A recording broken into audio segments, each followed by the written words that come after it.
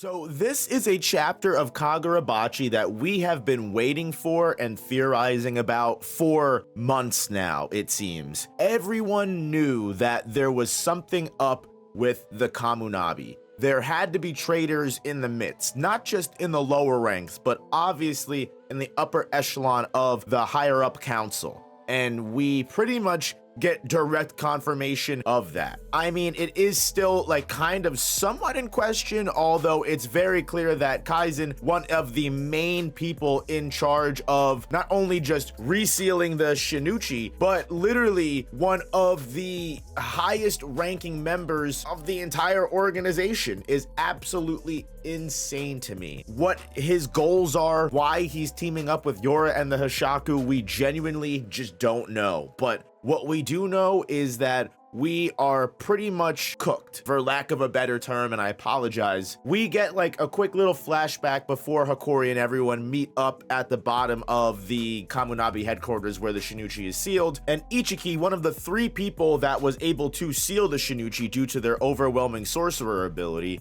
basically theorizes that, well, if it isn't me, there's only 2 other people that would have been able to tamper with the seal. I did the best of my research to check this seal, and it seemed all good to me. But as we kind of find out, and when Hikori goes to teleport the Shinichi, Kaizen says, no, we won't be doing that, which makes Ichiki realize that, yeah, you know what, we might actually have a problem on our hands. We cut back and forth between what's going on next to the Shinichi and the 4-way battle between Hokuto, Natsuki, Oruha, and Yora. And the reason is because Yora reveals one of the biggest details to everything. Something that people have been questioning from the very beginning, since we learned that the Shinichi was given to the Rakuzachi and essentially just handed over to the Kamunabi.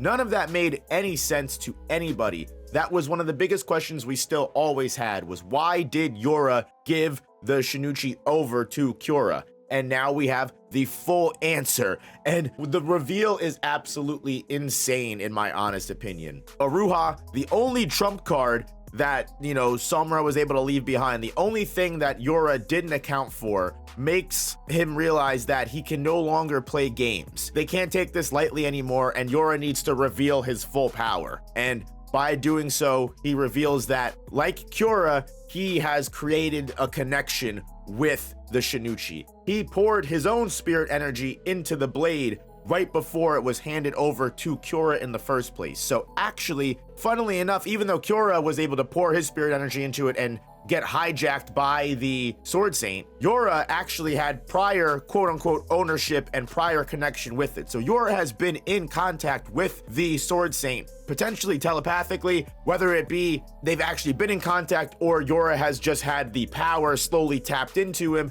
because again, he says that it takes pure mental fortitude to not be able to lose your mind to the Sword Saint.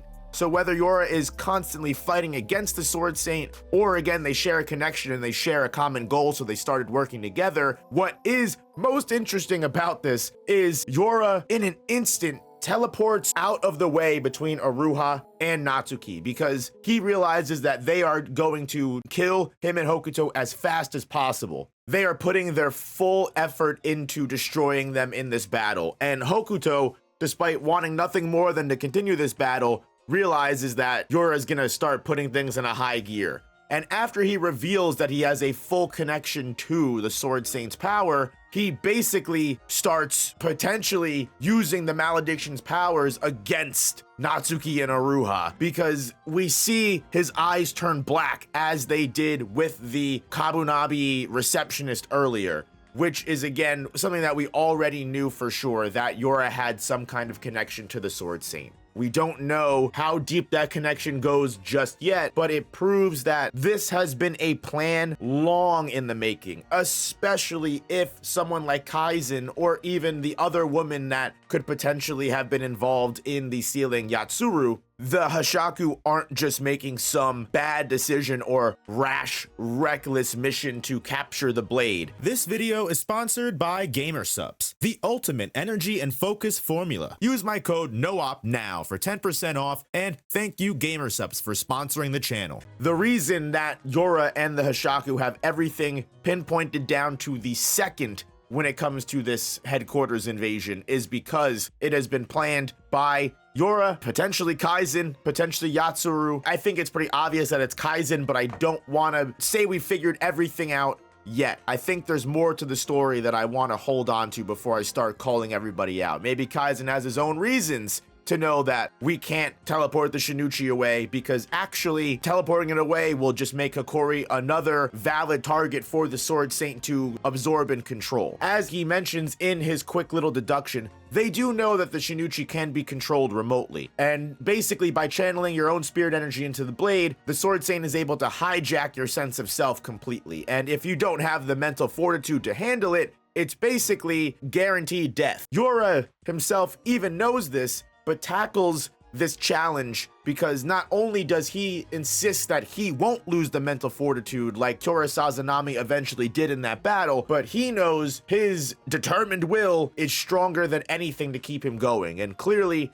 that is the case, because he's using the Shinichi's power while the Shinichi is still sealed. He is connected with the blade and tapping into its powers even when he's not attached to it. It shows how much he has dived into the blade's synchronization. And last but not least, something that Yora even mentions himself with Aruha's arrival is that he does not know how the situation in Kyoto is going. Yora can only assume he knows what's going on at the Bloodshed Hotel with Hirohiko, Kuguri, Samura, and all of the people that are currently fighting, especially Chihiro. One thing that Yora definitely won't see coming is Samura turning against them. However, I'm sure that might be something that Yora has some kind of contingency plan for. With the reveal that the chapter ends on his feathers basically floating away from the Bloodshed Hotel, Samura's of course, it seems like Chihiro and Samura and the Masumi are going to arrive right when the situation gets as terrible as it possibly can, when the malediction immediately breaks out. Whether they show up the moment the Sword Saint breaks out of prison, which would be absolutely dramatic and intense, or they show up just in time to hopefully save Natsuki and Aruha here, because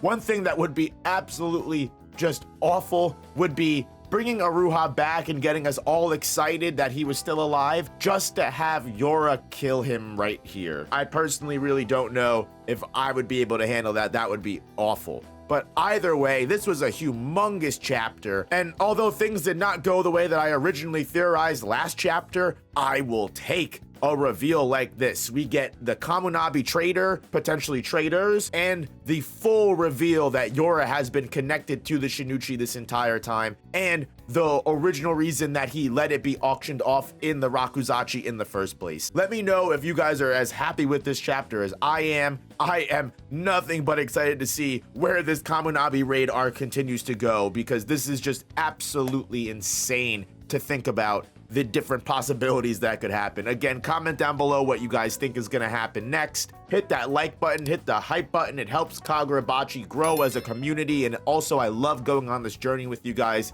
Thank you so much for watching if you made it this far, and I'll catch you guys in the next Kagurabachi video. Peace.